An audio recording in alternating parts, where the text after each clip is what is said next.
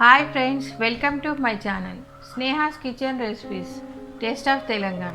నేను ఈరోజు చేస్తున్న రెసిపీ ఏంటంటే పుట్నాలు టమాటా పచ్చడి చట్నీ చేస్తున్నా.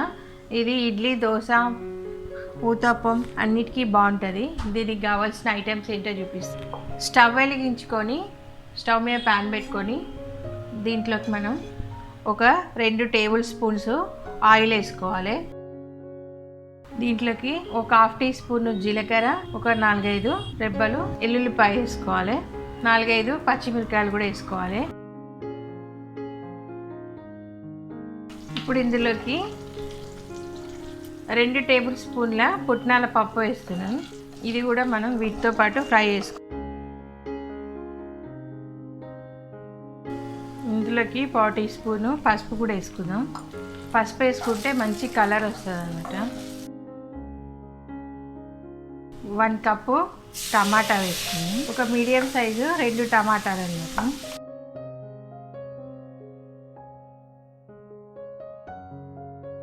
మూత పెట్టుకొని ఒక 2-3 మినిట్స్ టమాటా మగ్గే వరకు ఉంచుకోవాలన్నమాట. ఈ పల్లీల పుట్నాలకు ఒక రెబ్బ అంతా ఇంత చిన్నగా చింతపండు వేసుకోవాలి. అప్పుడు టేస్ట్ బాగుంటుంది. టమాటా ఇవన్నీ మగ్గిపోయినాయి. ఇప్పుడు మనము స్టవ్ ఆఫ్ చేసుకొని చల్లారి పెట్టుకొని మిక్సీలో వేసుకొని బ్లెండ్ చేసుకోవాలి. మిక్సీలో ఇవి మనం పప్పు అంతా వేసేసుకున్నాము. దీనికి సరిపడా ఉప్పు కూడా వేసుకోండి. చూసి వేసుకోండి, ఎక్కువగా అయితే కష్టము.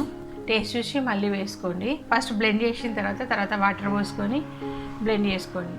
ఇదిగోండి ఇట్లా మెత్తగా మంచిగా బ్లెండ్ చేసుకోవాలి. ఇప్పుడు దీంట్లోకి పోపు పెట్టుకుందాం. స్టవ్ మీద ప్యాన్ పెట్టుకొని ముక్కుడు పెట్టుకొని ఇప్పుడు మనము చట్నీలోకి పోపు పెట్టుకుందాం.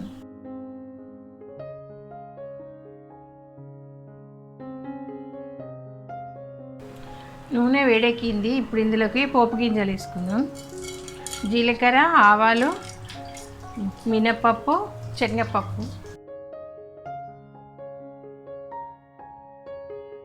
ఇందులోకి కొంచెము కరివేపాకు కూడా వేసేసుకుందాం. ఒక ఎండుమిర్చి, ఇంకా స్టవ్ ఆఫ్ చేసుకోవడమే. ఈ పోపు చట్నీలోకి వేసేసుకుందాం.